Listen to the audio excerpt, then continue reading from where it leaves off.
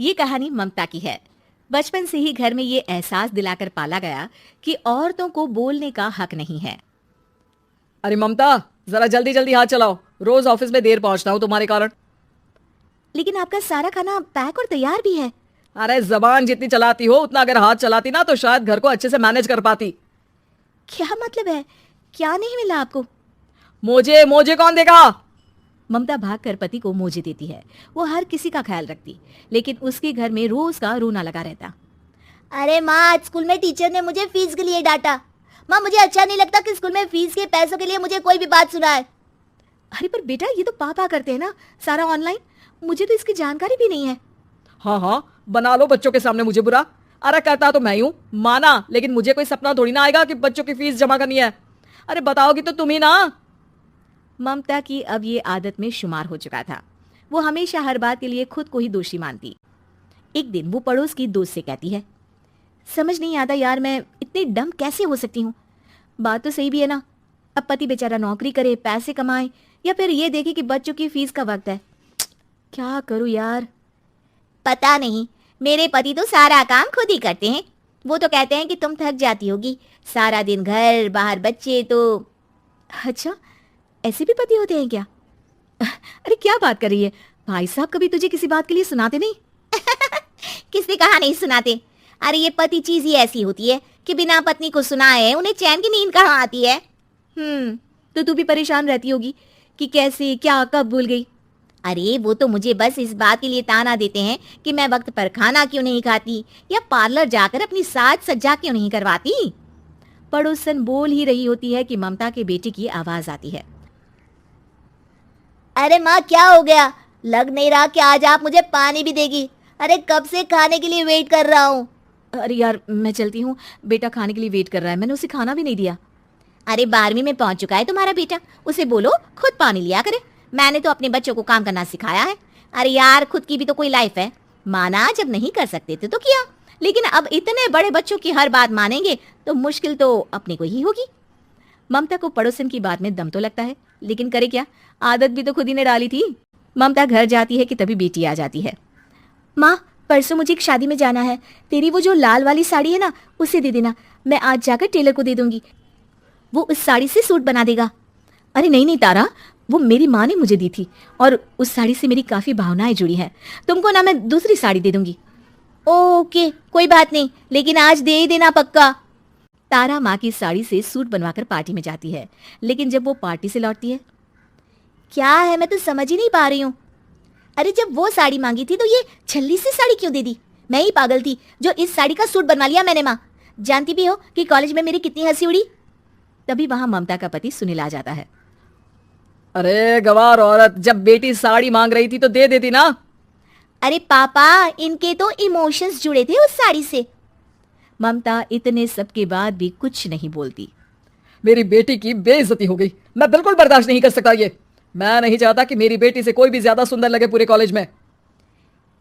जी, वो पढ़ने में तारा बिल्कुल अच्छी नहीं है, उसकी पढ़ाई पर आप ध्यान दीजिए ना।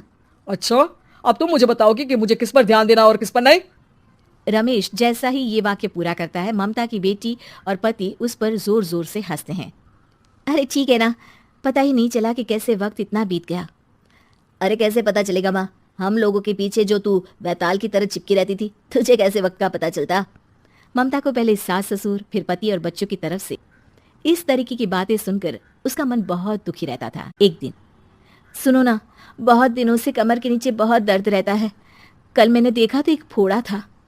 अरे ममता, एक बार अपने पति से बात करो, वो तुम्हारा फोड़ा डॉक्टर को दिखा देंगे। अरे नहीं नहीं, वो तो गुस्सा हो जाएंगे। अरे क्यों गुस्सा हो जाएंगे? तुमको दर्द है। हाँ, लेकिन वो यही बोलेंगे कि ऑफिस जाऊं या फिर तुम्हें लेकर डॉक्टर के पास। तो बेटे से ही बात कर ले। अरे वो तो मैं कर लूं, लेकिन फोड़ा है ऐसी जगह कि उसे बताते मुझे शर्म आएगी। लेकिन कुछ ना कुछ तो करना जरूरी है ना, ऐसे कब तक फोड़े के दर्द से तड़पती रहेगी? अब तो सोच रही हूँ कि इनसे बात कर ही लूं, वरना दर्द के मारे कहीं मर ना जाऊं। लेकिन शाम को, ममता, क्या किया तुमने आज? खाने के डिब्बे में कैसा खाना दिया था? दाल खराब हो गई थी, कब की थी? दाल तो मैंने सुबह ही बनाई थी, खराब कैसे हो गई?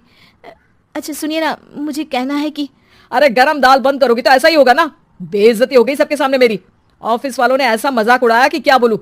कल से ठीक से खाना देना है तो देना, वरना खाना देना बंद कर देना, बाहर खा लूंगा मैं। ममता जो पति से अपनी परेशानी बताने वाली थी, वो अब ये सोचने लगती है कि कल से पति को खाने में क्या दे। अगले दिन ममता थकी थकी सी हालत में, आप लोगों के लिए नाश्ता बना दिया है, खाना बनाने की हिम्मत नहीं है आज तो। रात भर सोकर थक गई है ना, इसीलिए तो खाना नहीं बना सकती। हिम्मत नहीं हो रही है, मैं बस सोने जा रही हूँ। बस मैडम को सोने का बोल दो, फिर देखो कैसे सोती रहती है। माँ फिर वही पराठा सब्जी। अरे हमारे साथ के दोस्त एक से बढ़कर एक नाश्ता खाना लेकर आते हैं, आप तो बस। सभी घर से निकल जाते हैं, लेकिन जब शाम को बेटा घर आता है तो घर में अंधेरा रहता है। बेटा लाइट चलाता है। क्या माँ, तुम्हारा भी जवाब नहीं है बिजली का बिल बचाने के लिए? वो बोल ही रहा होता है कि सामने माँ जमीन पर लेटी मिलती है। वो उसके पास जाता है। अरे माँ क्या हो गया माँ? तभी वहां पड़ोसन आती है। अरे बेटा, तुम्हारी माँ के पैर के पास एक फोड़ा है, जिसके कारण ये लगातार कमजोर होती जा रही थी। मैंने उसे पहले ही कहा था कि घर में बता दो, लेकिन तुम्हारी माँ किसी को तंग करना नहीं चाहती थी। तभी वहां डॉक्टर आ जाता है। अरे इनके ऑर्गन में दिक्कत है, कोई बात है जो इनके मन में खटक रही है। अरे नहीं नहीं, इसके मन में कोई बात नहीं है, कोई काम है नहीं ना इसके पास, सारा दिन बस घर में ही रहती है। देखिए मैं तो ये नहीं जानता, लेकिन हाँ इनके मन में हमेशा कोई बात रह जाती होगी, इसलिए उनकी ये हालत है। अगर आप समय से नहीं ले आते तो हो सकता था कि। अरे नहीं नहीं डॉक्टर साहब, हम पूरी कोशिश करेंगे कि वो ठीक हो जाए। हम लोगों ने अपनी ही परेशानी माँ के सामने रखी, लेकिन किसी ने माँ की दिक्कत को जानने की कोशिश तक नहीं की। हाँ, मैंने भी ममता को हमेशा घरेलू जरूरत से ज्यादा काम का नहीं सोचा था। ममता को होश आता है और वो खुद को अपने बेडरूम में देखती है। वो उठने की कोशिश करती है कि माँ अब आप नहीं उठेंगी, हम लोग है ना, हम लोग आपको पूरी तरह से खुश रखने की कोशिश करेंगे।